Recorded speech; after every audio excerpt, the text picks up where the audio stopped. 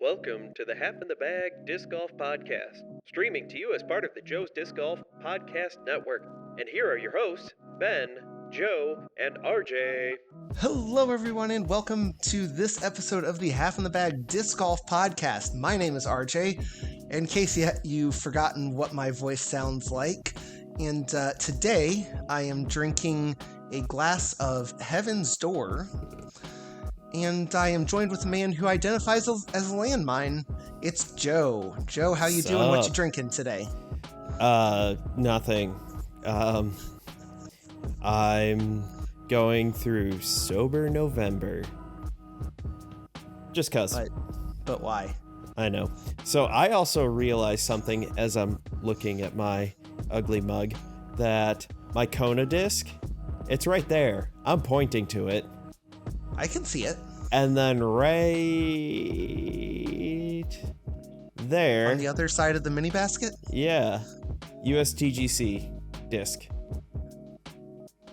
Yeah. Not quite. I need to pick. I need to just kind of. As you can see from those who are watching, my background has changed. It's no longer light blue. It's Rookwood red.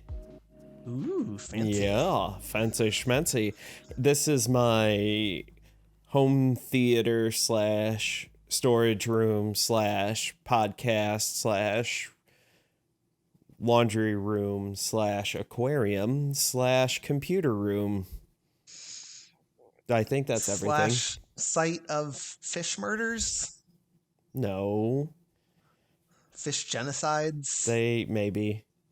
That was a one-time thing. Half of them survived. It was fine. It was a one-time thing. Yeah. It was okay. We moved my fish tank into the basement, and not all the fish survived because it turns out when you put over 50 into 7 gallons of water, they suffocate. I thought it was 10 gallons. No, that's a 7-gallon cooler. Oh. Yeah. Yeah. We moved quick, but not quick enough. Not quick enough. Yeah. So half of them perished, unfortunately. Yeah. But the strong survived. Yes. The ones that are there are quite hardy. Yes. That's for sure. But yes, so I have a whole bunch of fun stuff here, painting the basement. It has been so much fun. What you can't see is all the edging that still needs to be done. And the fact that my TV is not hung because, fun fact, in my house, whoever decided to finish the basement, I'm guessing it was someone on their own and not a professional builder. The studs are neither 16 nor 18 nor 20 nor 24 inch spacing. They are 17 inch spacing. And before you say I'm an idiot and don't know how to use a stud finder, I used the stud finder, and then I used a punch and confirmed that the 1 inch wide studs are in fact centered at 17 inches. So I need to buy a new wall mount, and I'm not very happy. Positive note, they cost the same because the one was like $55 and you got a $5 off coupon on Amazon, and this one was $60 with a $10 coupon. So it was $50. So perfect. It came out the same. It's just frustrating that I don't know how this whatever. So I have a really funny story about a stud finder, and it is exactly what you think, but it's even better than that, because my father-in-law was asking, because he was having trouble finding studs in his wall, and he thought that his stud finder was broken. Yeah, and so of course, I go and I'm like, it seems to be working fine for me. Here, let me check something real quick, and put it right up to, and sure enough, it goes off. I'm like, it works just like it was. It was the timing of it was just too perfect, and I helped him find the actual studs. It was that they were further apart than he thought than he was expecting, because it's a garage. I can understand that. Yes. So stupid. Oh. I'm just so mad. And now there's a whole bunch of extra holes in my wall that I need to patch up before I paint it. See, Again. I'm doing all the stud finding and hole poking before I paint it, so then I can spackle them and then paint over it, and you'll never see them because they're behind the TV. Yeah, makes perfect or where sense. the TV will be. Should be. Hopefully be. It will. Here's my question. Yeah. We can't see your really dark colored discs. Do you have any glow plastic nearby? Yes. Right there. The radiation stamp is glow plastic? Yes. That's what you need back there, is you just need glow plastic. Let's see. So you need my Ricky harp that is signed and glows like a freaking alien in Area 51. That thing is bright as day. I do have another one. Not that one. That's my hydrogen putter from Loft Discs. But let's see here. Where is this? Oh, nope, it doesn't glow. No, it doesn't. It, to be fair, it's been in the basement, and these lights that I have up here aren't pointed directly at it, so. Yeah. And it might have even been glowing slightly, but, not enough. I mean, it looks kind of glowy there, but it just, oh well. Yeah, actually, they all show up pretty good, except for those two. I wonder if I swap the position of that Kona with all the signatures on it. Yeah. With the trilogy one. Yeah. If that would change. That might. Because the two pink ones show up really well. Oh, yeah. And then the red USDGC one, you cannot see it at all. Oh, that one's red? Yeah. Oh boy. But it's got a foil stamp. That's the thing, whatever. Hey, this is the first time I'm really looking at this on camera. I've been spending a lot of time painting. And yeah. Well, so speaking of discs, you and I played in a tournament today. And a couple weeks ago. Before we get to that. We've been teasing that for a month. Have been. Before we get into any of that, let's have a quick word from our sponsor, joesdiscgolf.com. And I have totally forgotten how to do the ad reads for this because it has been about a month and a half since I have been on. No kidding. So I will tag you in. Published an article earlier this week. Yeah, Monday. Time has been flying, so I think it was earlier this week. It was all about wobbly, timey-wimey. Yep. And loop-de-loops. Do a loop, but it was all about the big money skins. You guys are probably sick of hearing me and everyone else talk about it, but it was an article, managed to get an interview with discgolf.law and those guys there. They're awesome. And just put up another article outlining all of the DGPT tournaments. Silver events, they're not silver series. Silver events, elite stops, elite plus, and majors are all listed there. And one A-tier tournament, the Throw Pink Women's Championship, which is a major in our hearts. I'm totally. How is that just an A-tier? Because the PDGA is dumb. Because it's not USWDGC, even though it is played concurrently with USDGC, Throw Pink is played concurrently with USDGC on the same course, on the same days, with the same crowds, OBs, and I think they change up the tee pads, but I don't know. They want to have this control, and Throw Pink for breast cancer owns the Throw Pink Women's Championship. Funny how they name things like that. Who would name something like that? Like joesdiscgolf.com or Joe's Disc Golf Podcast. Yeah, who knows? What Who idiot knows? does that? Yes.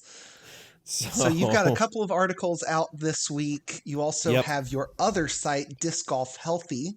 Yeah, don't look at the published dates on those. It's been But a I know while. that you have been working on some new content to put up there. Yes, working on something for dehydration, for cold, lightning safety, knee-ish rehab. Long story short, knee is the awkward middle child caught between the ankle and the hip. And so it's more hip and ankle rehab than actual knee-hab. Is your tips for dehydration something along these lines? You drink a Bud Light, you'll be fine. What if I prefer ones that come in camo cans? Nah, you'll be fine.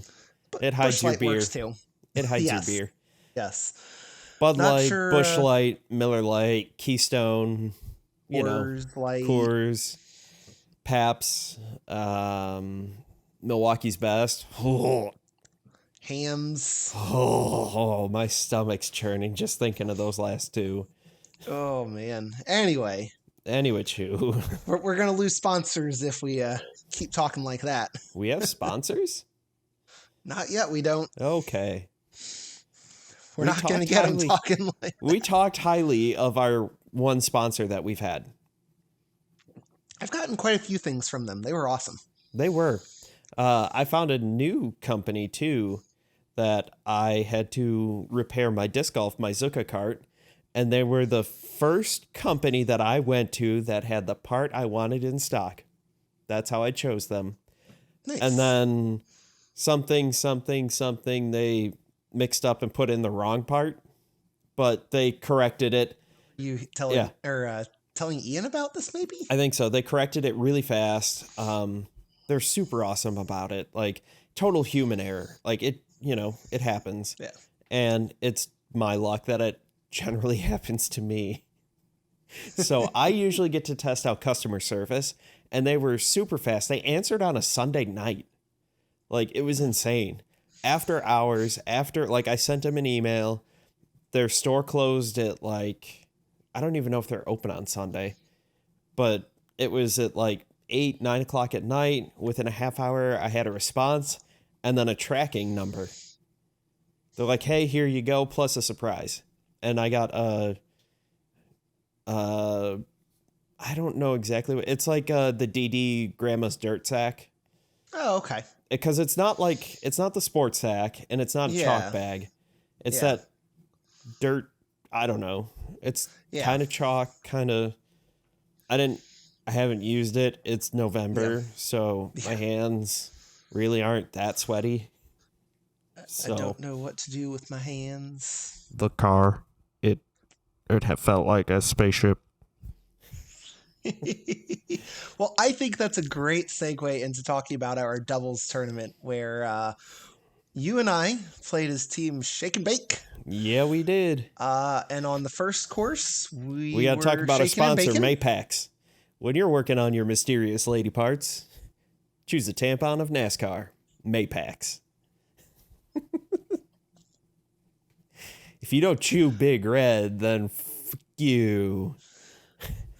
Oh, man. Anyway. It was a good time. Yes, it was a good time. We had a really good time. I hit for a the guy. Actually, it was a girl. Was it? I think don't so. know who you actually hit, but They were wearing shorts. I'm not judging if it was a guy, yeah. but we were over 400 feet away. Oh man, I'm jumping ahead. So yeah. So the first course we did decent.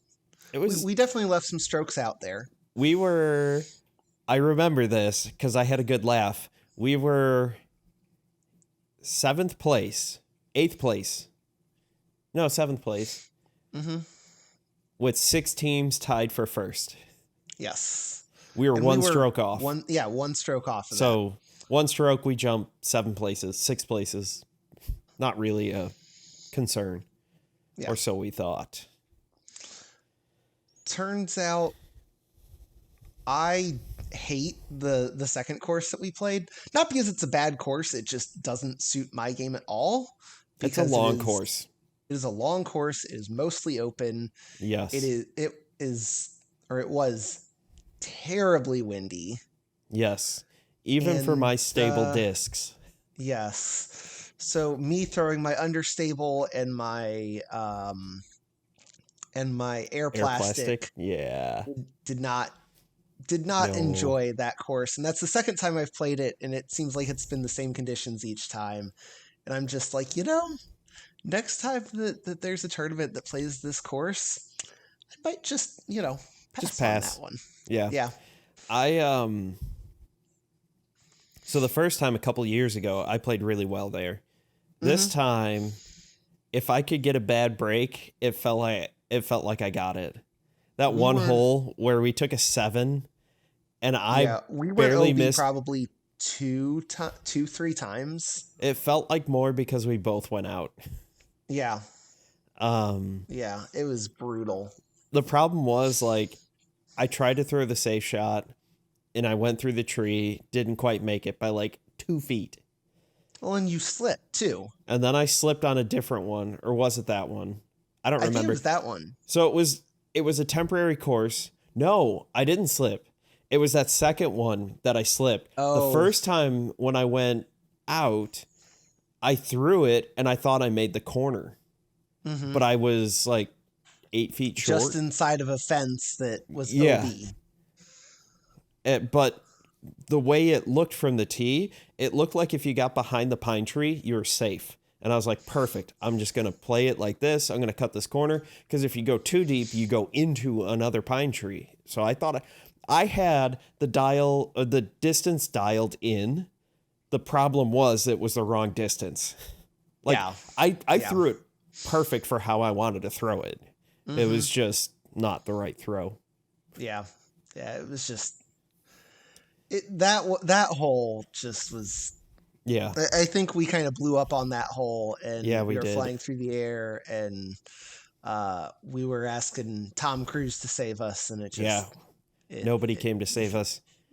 And then, so the one hole where I hit somebody. So we played AM2.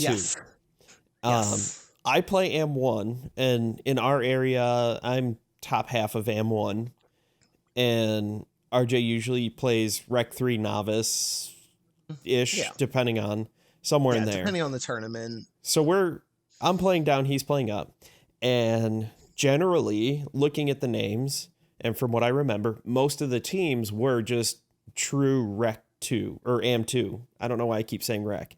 True AM2 teams. And nobody was expecting on this hole that was like 400-ish feet, wide open, OB long, OB all along the right side. And I just take my grace and just rip on it. And it is beautiful. Like, had this person not been there, I probably would have went OB. And OB was probably 100 feet long of the pin where that road was. Yeah. Downhill a little bit. Maybe 80. Still. Yeah, still a good distance. You would have been... At the you would have very gotten UDisc out trying to measure I it. would have been mad for going OB, but happy for beating my PR by like 20 feet. So, it's one of those things. So I'm just sitting there, and we play together a lot. And I'm just sitting there, and I'm just watching this disc go, and I was like, that's going to hyzer out. That's going to hyzer out. That's not hyzering out. Oh, crap. 4. And we're just yelling because the next tee pad is, 100 feet to the left of the pin? Yeah, I mean, we still had a good upshot to get to the pin. We were not even we used circle yours 2. Because, I mean, dear Lord, you were pin high. I was pin high 100 feet to the left, and you were like 200 short, 150 short. Yeah, I was closer either way. I basically... Oh, that's right. I tried to throw a forehand, and basically the wind just knocked it straight down into the ground. Yes, that's what it was. And Mm-hmm. so we're yelling 4. that group has no idea we're yelling for them because Yeah. they're not used to, or they're not thinking that someone in AM2 is gonna get Yeah. that far. And Yeah. I crushed it. And like I hit him like mid thigh, maybe waist high. So Yeah, I this mean, it disc is was... like 2.5, 3 feet off the ground still. Mm-hmm. Just cruising. And I was like, Yeah. man, I'm glad I hit you only because it gave us a better shot, but I also kind of Yeah. want to see where that was going to go. Yeah. Yeah, for sure. Oh, man. I felt bad. I did. Like I didn't Yeah, you I did. never want to hit somebody. Yeah. Well, it's And like today we were playing and one of our guys threw a shot that was heading in the direction of a group. And we were playing in a group of 5. And mhm. I think all 5 of us were on the hill, trying to get their attention. Yeah. And it didn't end up, I mean, it ended up No, it kind of ended up, near them, but yeah, nobody was in danger. It ended up yeah. hyzering out. Yeah, it ended up hyzering out. It was probably 50 feet short of them. Maybe Yeah. not 50. But it's hard to judge a Downhill. 5-gallon lid in the wind. Yes. Yes, it very much is. I mentioned That's a it tease. yeah. Well, and I mentioned that to start the Yeah. to start the podcast. But yeah, so overall we did not end up playing well. We No, both of us ended up tired, I think was part of it too. yeah. We just I didn't get a lot of sleep that night. I remember that. I forget why. I don't think I did either. I don't remember why either. Oh, I had to go to the hospital for one of my athletes. That's right. That was a Saturday tournament, and we both worked football the night before. That is not the first time something like that's happened. One of the first Tough Mudders I did, I had a football game. It was a Saturday. I had a football game that Friday night, and I was like, perfect. I was up in Wisconsin. It was like 20 minutes from the girl I was dating at the time. I was going to spend the night there, come home or go to her house, spend the night, wake up, and then just drive the 2 hours to the Tough Mudder. From my apartment where I lived, it was like 3 hours. So this was extra hours sleep. Joe, it doesn't sound like you were planning on getting much sleep that night anyway. She was working. Nurse. Oh. So yeah. Okay, never mind then. A nurse, I think she was working 3 to 3 or 2 to 2. So either way, Yeah. I was supposed to, they ran it weird up there. And That's weird. That is weird. yeah, that's why I remember, is because it just was like, you're not going like 12 to 12 or 7 to 7. Yeah, But that's... I digress. Either way, she ends up texting me when she gets home at like 2:30, like, hey, where are you? I was like, yeah, fun fact, one of my athletes has testicular torsion, and I'm currently in the hospital still waiting for his parents to get here. Yeah. No. Yeah. No. That was I've never physically seen it. I just went off of symptoms. Yeah. And he's like, it's this, and this. I was like, okay, how long's it been bugging you? Since the end of school. This is after the game. Oh, no, buddy. I was like, dude. Oh, no. You were in that much pain? Like, this was a tough kid, and I was like, I'm kind of impressed. Like, in a weird way, like, that's a lot of pain to deal with. And the roads we take up there in Wisconsin were on, like, basically country roads on a school bus. So I was kind of impressed. He ends up being fine. Like, they fix it. They no get in there with long-term some chopsticks and... no long-term damage. So Well, that's good. yeah, That's good. we caught it quick enough. They were impressed at the hospital that I knew what that was. I was like, healthcare professional. Yeah. Something not a that total idiot, happens. thanks. Something that happens most commonly in adolescent. Athletic trainers work, generally speaking, with adolescents. Mm-hmm. So, yeah, it's something. I mean, I don't know how to fix it, but I know how to send them to the doctor. Yeah. You know how to send it to the person that does know how to fix it. Yeah, so I end up running a Tough Mudder, and this is like Tough Mudders are 10 to 12 mile mud runs with obstacles, and this was 12 miles. And I did it on like 3 hours of sleep. There's a picture of me. The one guy, his wife kind of followed around and took pictures, and she's like, I crossed the finish line, and she takes a picture. She's like, you look exhausted. You look terrible. I was like, I did this on like 3 hours of sleep. I want to go to bed so bad. Yeah. Oh, man. Yeah, it was awful. Yeah. But like Tough Mudders are fun. I've run like 15 of them. So yes, they're fun. But I don't run them anymore. They're too damn expensive. Yeah. But yeah, so we ended up not doing so hot in that tournament. But yep. Oh well, so be it. We had fun. Oh yeah, we had a good time. We had our hats, and then the next day, so where this course is on a college campus, and my wife happens to work for that college. Yep.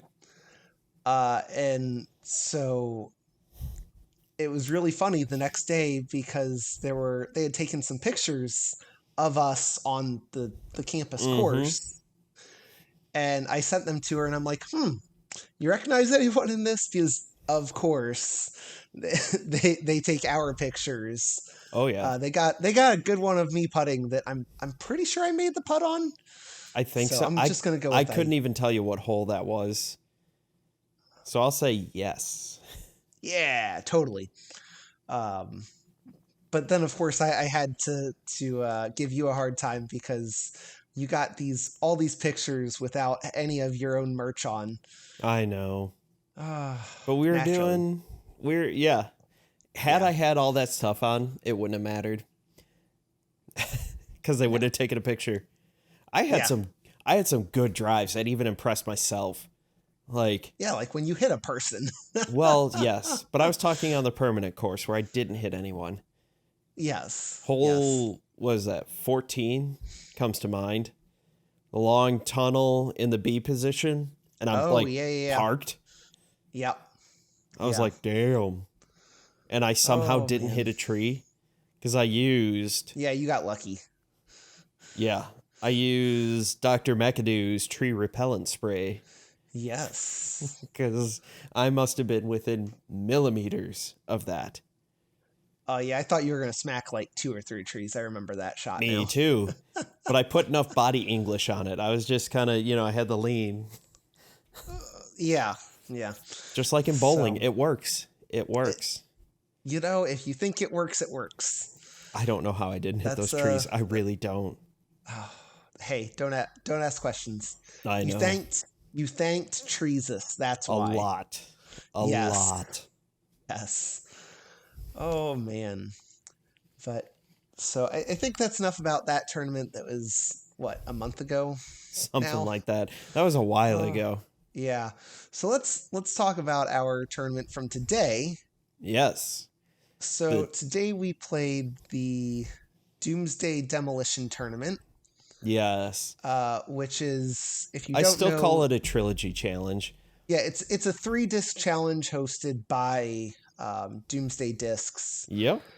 And the discs that we had were the driver was this very pretty Doomsday Dystopia. Yep. Had to read it remember that I can one. Never remember what it was. Yeah. Well, yeah, because this one doesn't have the name on it. So no. Yeah. Then there was the mid-range was the Frag, which is unusable. We'll talk about that one. I wouldn't say it was unusable. I had some success with it. I'm not getting any aha. Gotta find the lights. Yeah. Mine is just easy because you have that nice rainbow stamp. Yes. And then they also gave us a nice 5-gallon bucket lid. But it's a very skinny 5-gallon bucket. Yes. Yeah, it's maybe a 3-gallon bucket lid. There we go. I was like, that kind of doesn't look rainbow. There we go. Yeah. I've got the sweet rainbow stamp. Yeah, and I've got the holographic if you're watching. Yeah. But yeah, the actual name for it is the Landmine.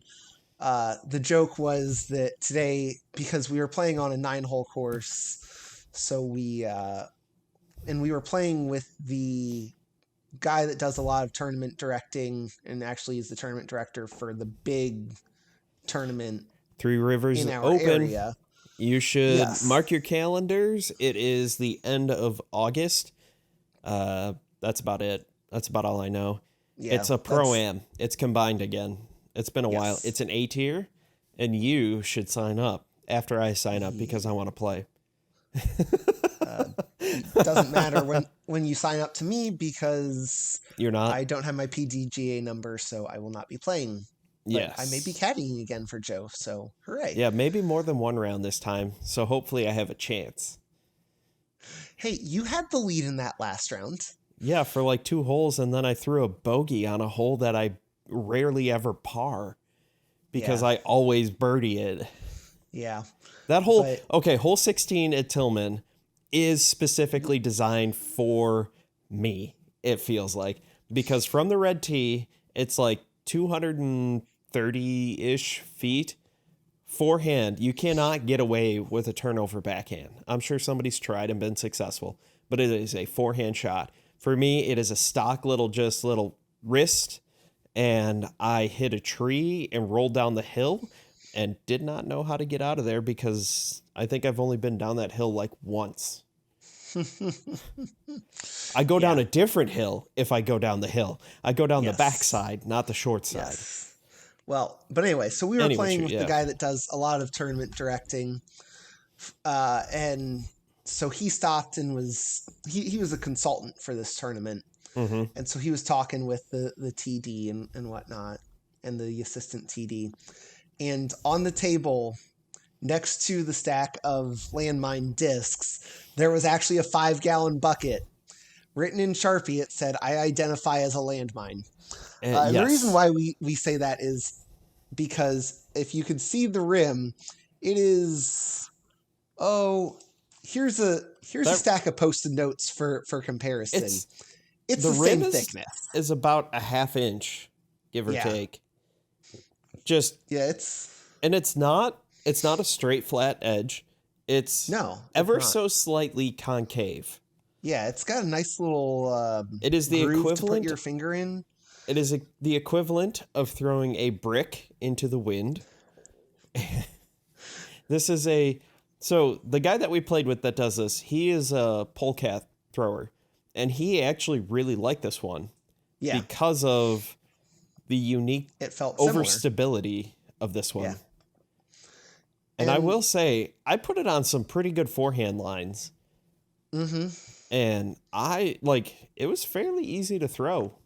Yeah, it was really nice to throw. I would love to try it in a premium plastic. Yes. Because the reason it will not make it into my bag has very little to do with the disc itself, because I love throwing it. But it's that deep rim ended up giving me a little bit of a blister, which brings me to the other thing that was in our player pack, these awesome Doomsday Band-Aids. Yeah, those were actually pretty awesome. They are. We also got some stickers, I think is what they are. Bumper stickers. One of my concerns with this is I didn't hit any trees, and I've only used this disc today, the day of recording, and it is beat up. It's not baseline, I don't think, but it's definitely not premium. Yeah. Yeah, it's definitely a little bit harder plastic. Yes. Probably, I'd say maybe compare it to like classic medium, maybe classic hard. Like a classic medium or a classic hard. Somewhere maybe in there. A hybrid. Maybe like a burst. Yeah. Somewhere in there. But it got beat up. One of the guys on the card smoked a tree off the tee. And he said it started to have a thumb track, basically, in one spot, and it looked beat up. Yeah, it looked a little bit rough. So this might come into my bag as a utility disc, and I'll probably end up throwing it more if they start making it premium. But Yeah. it sounds like they're trying to make it premium. They're just having some issues with the way the plastic cools and some of the tooling. Yeah, I could see that. I could definitely see that. So I definitely like it. Like I mean, if said, they just go to like Sherwin-Williams, I'm sure they could mold something pretty easy. Go to a paint company. Just, we need 10,000 Just lids. stop. Just a lid. Just stop. All right, so But I'm let's dead talk. serious about making this into my bag. Oh yeah, I mean, like I said, if it were more shallow, I really like it as a thrower, and Mhm. I probably like it better than my forehand putter thrower. Yep. I think that made sense, which is the Maiden. Yep. But I like the feel of the Maiden better because it's shallower. So Yeah. the Maiden will stay in my bag. And But I definitely enjoyed that. So I don't know. let's the talk about deeper the one rim. that, huh? I like the deeper rim for Yeah. forehand. Yeah. So let's talk about the other one that we thought that we both said may very well make it into our bag. And that is So we're not talking about the again, mid-range. we'll talk about the mid-range. And so that's again the Dystopia. Yep. Another good disc. Yeah, I was another surprised. good disc. Yeah, this one is in the, I assume this is the premium plastic. It feels Yeah. like lucid plastic or Yeah. So okay, first question. Does yours have a massive dome? Because my dome is Yes. absolutely huge. Okay. yes, you can see. Yeah. Yeah. That's about the same. Yep. Okay. Yeah. Because some of the guys were saying that like mine looked like it was more stable than theirs, but whatever. I think you were just throwing it better. I think so too. That's it. Looking at the numbers, I remember looking at it going, I probably won't throw this because it's a 10 speed, 5 or 6 glide, I forget. Yeah, minus I don't remember off the top of my 2. head.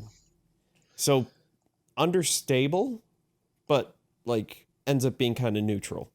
And I was like, yeah, I don't know. That might be too understable for what I'm looking for. I don't know. I really like this. I think it's going to complement my Kristen Tatar Grace that I have, because I got this to hyzer flip once really successful. The second time I kind of overcorrected and the wind did weird things with it. It was a very windy day. It was. Couple holes where I was able to control the speed on a forehand. I was really impressed. Like it was, this thing also had a lot of glide. Me and another guy overthrew a hole, and he threw it harder than I did, and I didn't put a lot on it relatively for like a 250 foot, 260 foot hole.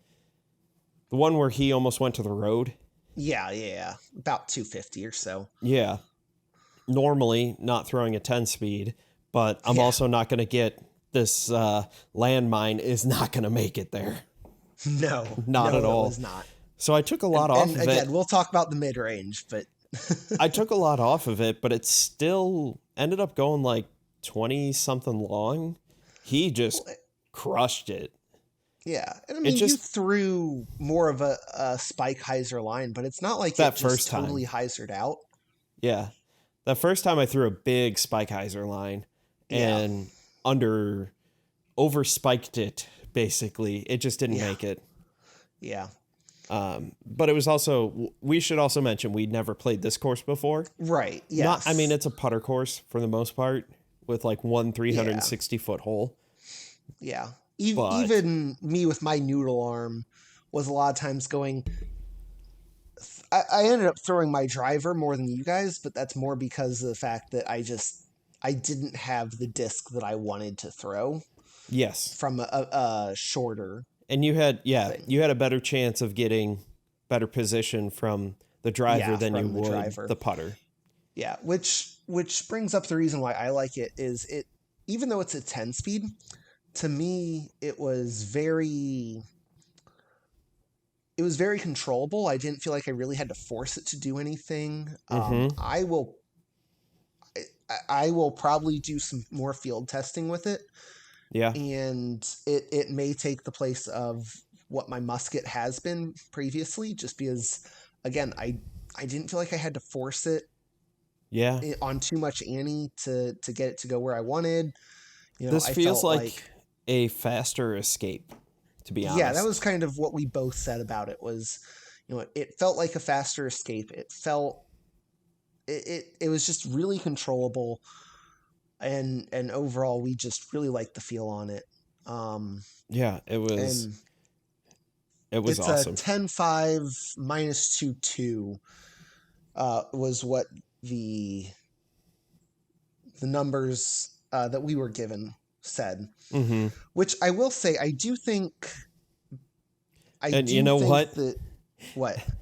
So it is technically faster than the escape. The escape is a 9-5 -1/2. Yeah, that would explain it. So I don't know. I just, for some reason, I was thinking the escape was slower. But no, it's a 9-speed. Yeah, I don't know. I think this is going to find a spot in my bag. I just don't know what it's going to replace. Yeah. Yeah. Because I've kind of found the sweet spot for my grip seems to be around that 10-11 speed. Yeah. So. Yeah. So I will say it did seem like all of their plastic was a little bit more stable than what the numbers would indicate. I agree. Just based on... I really agree. Based on, obviously, you said that one was relatively, again, more stable than you were expecting. Yes. The putter was, I would say, definitely more stable than I think any of us on the card were expecting. Yes. Like the numbers for the Dystopia would just suggest a neutral, mostly straight, just given the -2/2. You would assume it to be fairly straight, but it wasn't, in a good way. And if you're looking at Doomsday Discs, it's going to be probably a step more stable than what the numbers would indicate. Yes, depending on what you're used to, of course. Yeah, this is mostly based off a trilogy. Yeah. So let's talk about the last disc that we got. And if we're talking about beef, this has got to be the most beefy disc that I own. I'll be honest. This is... So eventually, I have a video eventually coming out whenever I get the free time, reviewing the Stego and comparing the Stego to the Tilt. And it is not a contest at all. And you might think, why are you comparing a putter to I think the Tilt is a 9-speed? Oh, I thought it was faster than that even. Whatever it is. It's a putter to a driver. And it's not even close. This might be close, and not with the Tilt. Yeah, so I had some success throwing this. I didn't totally hate it, like some other people on our card said. Yeah. The thing is, the success that I had throwing this, I ended up throwing it much more like my zone than like any of my mid ranges.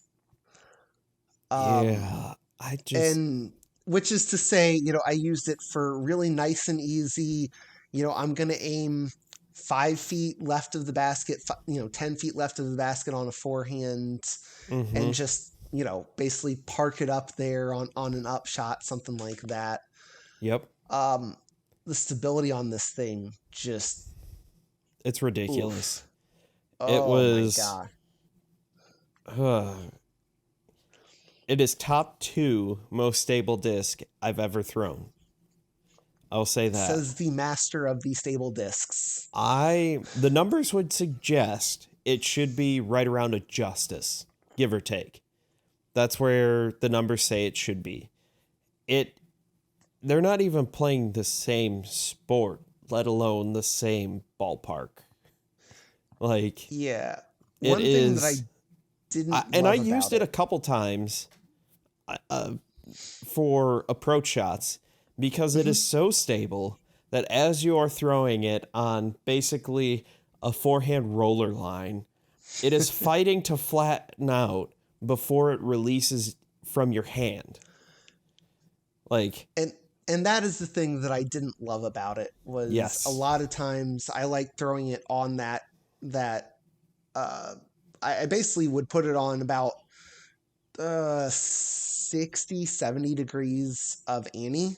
Yep. Like I was throwing a roller, like I was basically tomahawking it. Yep. And I would actually feel it, even on some of my approach shots, I would feel it starting to wobble on me. At first I thought it was the plastic, but then some other people mentioned that too. And I'm like, oh no, that's literally just the disc trying to fight to get to stable up. Was, but so, the plastic it's in, super grippy when it hits the ground, kind of rubbery, and it will always give you the opposite skip. Yeah, I think every time. It was so weird because you're expecting it's coming in and you're throwing it on a forehand and it's coming in and you're going, okay, it's going to skip or just kind of stick and maybe go to the right a little bit. And it like almost tacos, maybe not that bad, and then goes the opposite direction, goes left. And you're like, that doesn't compute. I've been playing disc golf for how long now? And it either like were playing with spikes a into the mud. veteran, and he was just like, I don't understand what just happened there. And it was multiple times. Yes, multiple times, multiple people too. I will say when I was throwing it like a zone or like a harp or something like that, I was not having that problem though. But I was also coming in a lot lower.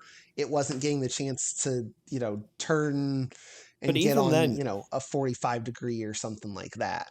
Even then, you ended up with more like forward weird rolls that were good, that were beneficial than you should have had.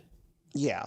I'll say that. Like, there were times where I'm just like, okay, that's going to go 10 feet closer to the basket. Okay. All right. Yeah. I mean, not that any of us were upset, but it's like, that's not what should have happened. Yeah. Yeah. It was definitely a little bit unpredictable. I tried to flex some forehands with it on some shorter holes that I'm like, I don't really want to throw the putter because I'm worried that I'm going to turn it over.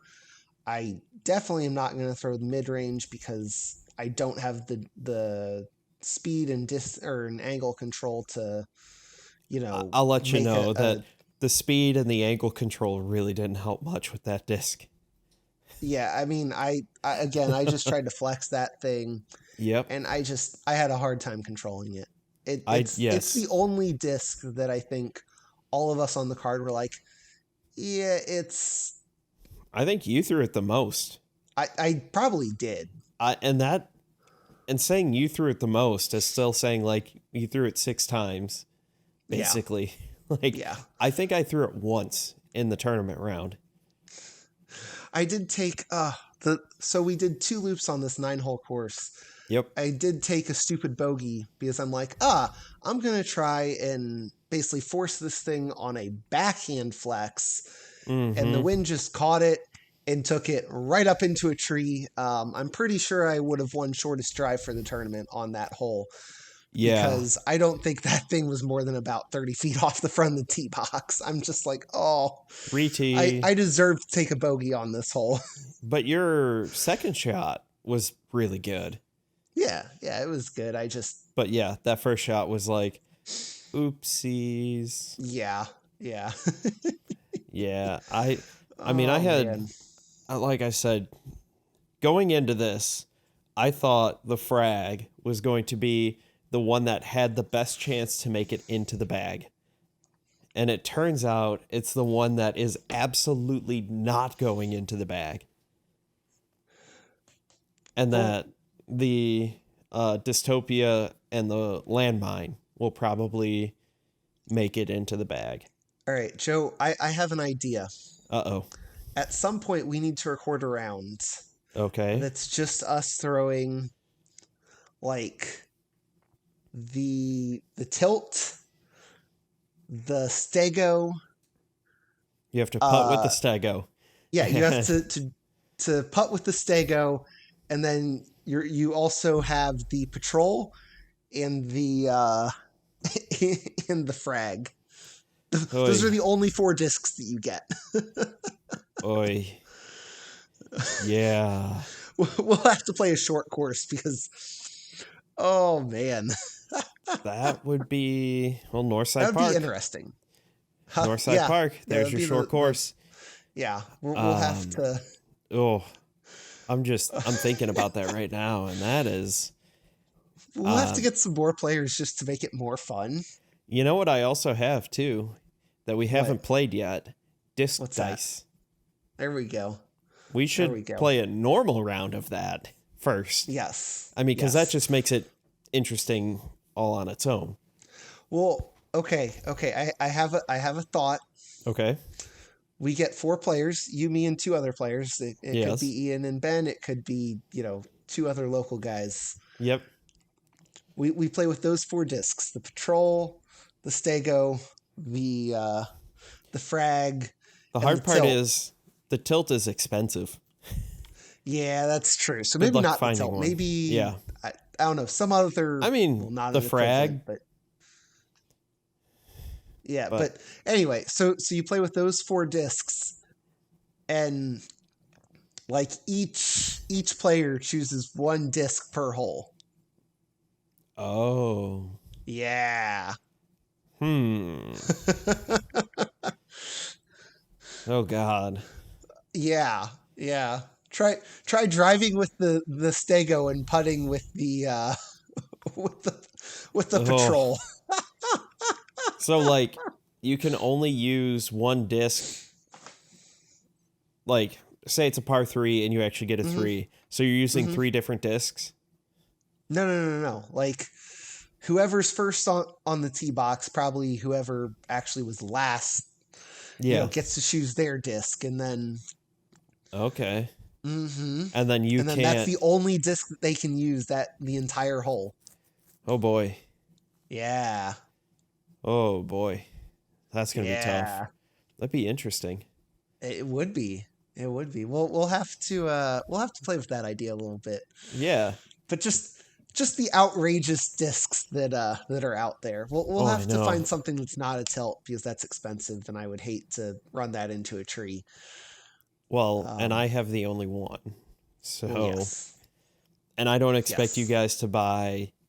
I don't think you could get them at retail. No. I So suspect not. it'd be one thing to say, "Hey, let's buy these. They're retail." But Yes. yeah. Yeah. You get a So- flick, which is Discraft disc. Stiletto. Flick is more stable than the stiletto. Okay. But it's also, the rim is like, it's massive. Here's another one. Yeah. Here's another fun one. You do the same thing with or you add in the blowfly. Blowfly or the gum putt. They're the same basically. We'll have to do that, where we just like we do a 3-disc challenge or something with just the most outrageous discs. Oh boy. That'd be fun though. I'd have a good time. Yeah, it would be. But I think that's the big takeaway, is that we had a great time throwing these discs today. I've thoroughly it helped that enjoyed. our card was good. That does help. I've thoroughly enjoyed both of the trilogy challenge or 3-disc challenge, whatever you want to call it, that we've done this year. Because we did the trilogy one. I got that right there. Oh yeah, Trilogy from your winning. challenge champion. Yeah. I beat one other guy. You should be getting 1 or 2 discs from one disc from today's tournament, because you finished 3rd. Well, you finished tied for 2nd, but and I lost a playoff. Yeah, you lost the playoff. It happens. But oh well. Yeah. We'll have fun. It was a really good time. I had a blast. If you've Trilogy never played one of challenge. those- Do it. I mean, it's $30 and you get 3 discs. Everybody Yeah. charges about $30. I think this one was $33 with the sanctioning fee, or the UDisc, or not UDisc. the Disc golf PayPal scene, handling fee. Yeah. PayPal's PayPal's got to get their cut, but still, it's like $30. You get 3 discs, and the odds are, so far in every trilogy challenge, I've used continuously used at least one disc from there. Yeah, I think... Or a variation. I think the earlier trilogy challenge from this week, or from this year, is the only one that I haven't incorporated something into my bag from.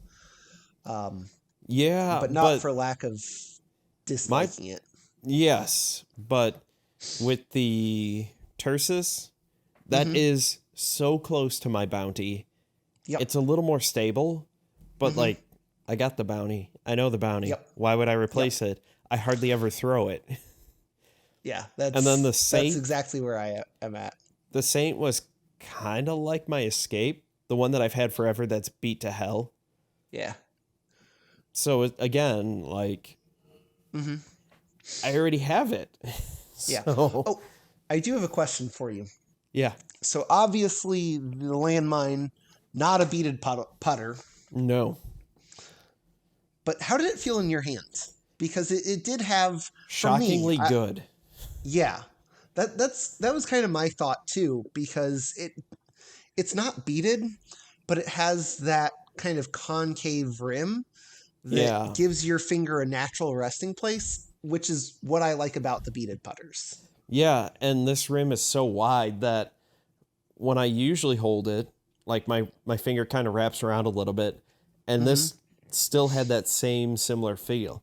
Now, I don't know if I'd switch to it because it is so deep. I'm having a hard time trying to grab it the right way. And it's a little unpredictable, which probably comes down to more, this is the first time I've ever used it. Yeah. Than the literal thousands of practice putts I have with my judge. Yeah. Like, I've actually, and I'm trying to come up with something that I want to put out online, an Excel form that I have that tracks not only your putts made, but you have a 3-day rolling average, you have a 5-day rolling average to see how you're, progressing or regressing in some cases. So that helps that helps to negate, like, oh yeah, you had one bad practice session. Yeah. So it's like, yeah, but I had this bad one, but my 3-day average is still like good. Yeah. But then you could also put in, as I started tracking, which has kind of helped me, your misses. I have it divided out as high and low.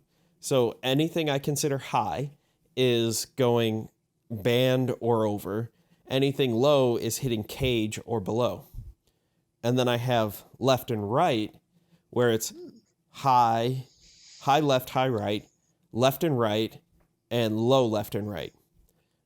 Left and right misses are basically, it's between the band and the cage. It's chains the whole way, but it didn't stick. You missed, you airballed, whatever. High left and right is kind of, and low is basically judgment calls.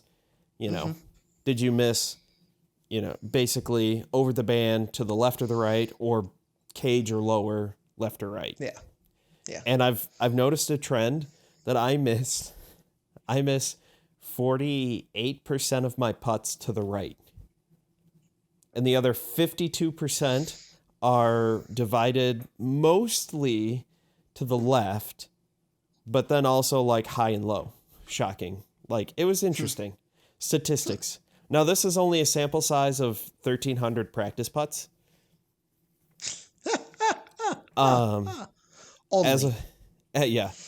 As of right now, that's all I practiced in October. Now in November, I'm trying to practice 6 days a week. So hopefully I'll have something closer to like 16,000 putts. Good luck with that, friend. Good luck. I think. No, that math doesn't add up. Because it's only 100 putts, 600 putts a week. I'm hoping for like closer to 2,000, give or take. That makes more sense. Yeah. Otherwise, your arm would probably fall off. Yeah. Then you would have to visit Disc Golf Healthy to learn how to rehab that and how to strengthen it. Shoulder is up and the only thing up. Yes. Check out that segue. that have been discontinued. Wait, what? Segways? Yeah. Yeah. Yep. But what are the mall cops supposed to ride on? Motorized scooter? I don't know. Not the I think same, Joe. they're still kind of around, but they're getting more expensive because parts are harder to come by. Yeah. You know, the founder died in a Segway accident when he accidentally drove off a cliff. I'm not even making that up. That's terrible. It really is. Like Hilarious, but terrible. It is some That's just so bad. dark humor. Oh man. All right. Well, let's get back on our segue. And End this episode. yeah, I think that's all I've got. Make sure you check out our sponsor, joesdiscgolf.com. Yep. And I think that's everything. So, Joe, thank you for taking the time to play some disc golf with me. It was a good time. And it was. And, talk a little bit of disc golf. Yes. 5-gallon bucket lid. 3-gallon bucket lid. Hey, they need to make a new disc called the Bouncing Betty. It was a booby trap in World War II, I believe. I have played Call of Duty. I don't, so sure. Well, okay, this was a long time ago. I played Medal of Honor. But I was a Medal of Honor kind of guy back in the day when Medal of Honor kicked the crap out of Call of Duty, and then they forgot how to make a game, and Call of Duty just wiped the floor with them. Yeah. But anyway. Yes. So overall, really enjoyed it. Good times. We hope that you enjoyed this episode. And thanks everyone for watching, listening. Mm-hmm.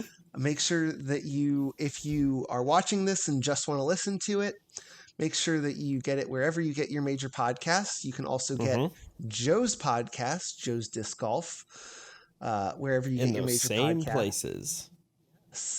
If you are listening to this and you want to watch because you want to see our awesome holographic and rainbow stamps, you can find this on YouTube/Joe's Disc Golf.